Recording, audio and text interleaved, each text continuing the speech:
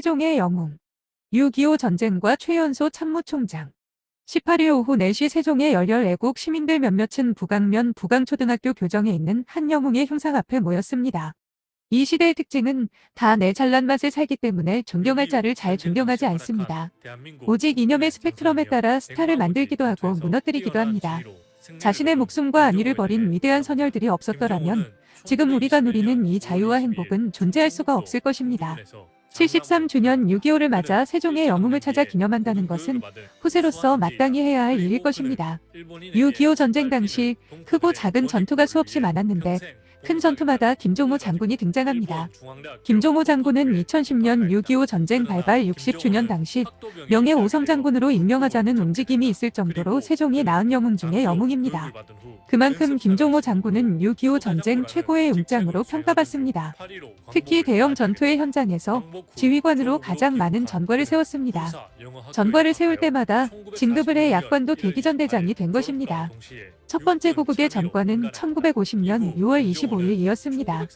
북한 공산군이 남침하던 당시 김종호 장군은 춘천 지역을 방어하던 국군 육군 6사단장이었습니다. 당시의 국군은 1, 2, 3, 5, 6, 7, 8사단과 수도 경비사령부 8개 사단급 부대가 있었습니다. 물론 지금에 비하면 거의 연대 규모에 불과하였고 중화기는 거의 없었습니다. 소총과 박격포도 제대로 작동만 되면 사치였을 겁니다. 남하를 실막은 춘천 전투. 6.25 전쟁 발발 당시 군 내부 누군가 국군의 방어 전력을 무너뜨리기 위해 고의로 전군의 비상 경계령을 해제하였다는 의혹이 있었습니다. 심지어 대부분의 부대의 장병들이 휴가를 가거나 모내기 지원을 나갔을 정도였습니다. 그만큼 이례적이었기 때문입니다. 하지만 38선의 중동부 전선인 춘천 지역을 방어하던 김종호 장군이 지휘하는 육군 6사단은 달라도 너무 달랐습니다. 그동안 수집한 정보를 바탕으로 오히려 1950년 6월 22일부터 경계 태세를 강화하였습니다. 적을 광활한 분지로 끌어낸 다음 매복한 6사단은 파죽지세의 공격을 완벽하게 막았던 것입니다. 말 그대로 유비무환이 빛을 발산 순간이었습니다. 김종호 장군은 특별 지시를 내려 전 장병의 외출을 금지하였습니다. 그리고 북한 공산군이 공격해올 경우 진입 예상로에서 전투 훈련을 할 정도로 만약의 사태를 대비하였습니다. 24,000여 명의 병력과 중장비를 소총과 박격포 수류탄으로 막아낸 것입니다. 맨주먹 붉은 피로 훌륭하게 적의 공격을 막아냈던 것입니다. 전쟁 중 한 부대를 이끄는 장군의 리더십은 수하들의 생존 여부는 물론 한 나라의 운명을 좌우합니다. 그렇게 나라를 구해낸 현대사의 위대한 장군이 세종이 배출한 김종호 장군입니다. 세종의 영웅. 김종호 장군은 1921년 5월 22일 지금은 세종시로 편입된 당시 청원부강리에서 태어났습니다. 장성의 일본 추호, 중앙, 대학에 입학합니다. 일제 식민지 하에 그리 유복하지 않은 가정 형편에도 불구하고 일본 유학을 결심한 가장 큰 이유는 법률을 공부하여 수탈당하는 동포들의 권익을 지키는 일을 하고자 했기 때문이었습니다. 일본 추호, 중앙, 대학에 재학 중이던 1944년 24살의 나이에 일본군에게 학도병으로 징집되어 입대합니다. 다행히 일본의 패망으로 참전하기 전 해방된 조국으로 귀국할 수 있었고 귀국 후 미 군정에 의해 개설된 군사영어학교에서 입학생을 모집하자 응시하여 입교하였습니다.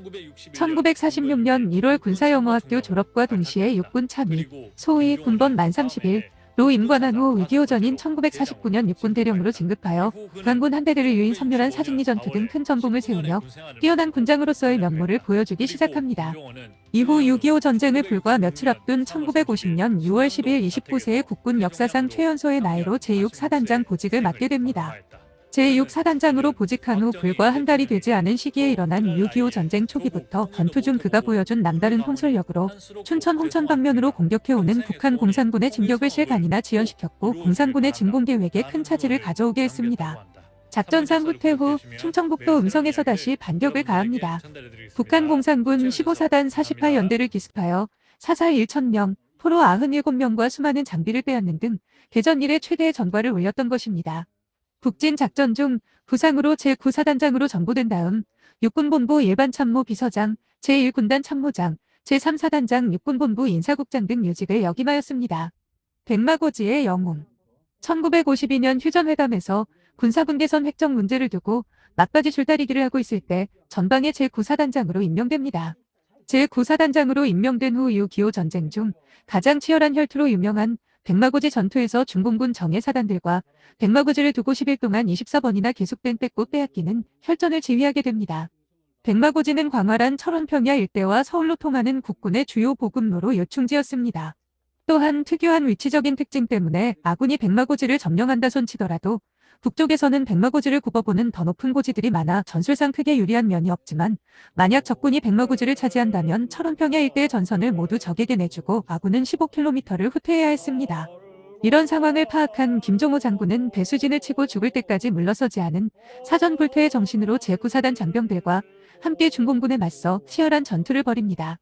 그 결과 백마고지 전투는 9일 동안 12번의 공방전 끝에 중공군은 1만여 명, 국군은 약 3,500명의 사상자를 내며 10월 15일 오전 국군의 승리로 종결됩니다. 중공군을 완패시킨 백마고지 전투의 승리는 이후 휴전회담에도 큰 정치적 영향을 미칩니다. 결론입니다. 제임스 벤 플리트 장군은 6.25 전쟁에서 치른 전투 중 백마고지 395m 전투를 가장 높게 평가했습니다. 그는 6.25 전쟁 중에 이 전투에 대한 연구를 미 육군에 지시하고 미 제9군단 작전처는 사후 검토 보고서 어화를 작성해 전 미군 부대에 배포했습니다. 중공군 역시 6.25 전쟁을 기록한 항미원조, 미국의 저항에 북한을 지원했다는 뜻, 전쟁 경험 총결에서 유일하게 패배를 인정한 전투입니다. 곧 6.25 73주년입니다. 어쩌면 세종시가 행정수도로 변모하게 된 것도 우리 민족의 철천지 원수 북한 공산정권 때문일 것입니다. 통일이 되면 행정수도는 반드시 평양 아니면 개성으로 그 지위를 내어주어야 할 것입니다. 그래야 남북이 균형 잡힌 발전을 할 것이기 때문입니다. 차라리 세종시가 행정수도의 지위를 양보하는 날이 올지라도 하루빨리 통일이 되어야 되겠습니다. 감사드립니다. 세종미래전략포럼 김재헌 대표와 동행해 주십시오. 세종의 영웅 6.25 전쟁과 최연소 참모총장 18일 오후 4시 세종의 열혈 애국 시민들 몇몇은 북앙면 북앙초등학교 교정에 있는 한 영웅의 흉상 앞에 모였습니다. 이 시대의 특징은 다 내 잘난 맛에 살기 때문에 존경할 자를 잘 존경하지 않습니다. 오직 이념의 스펙트럼에 따라 스타를 만들기도 하고 무너뜨리기도 합니다. 자신의 목숨과 안위를 버린 위대한 선열들이 없었더라면 지금 우리가 누리는 이 자유와 행복은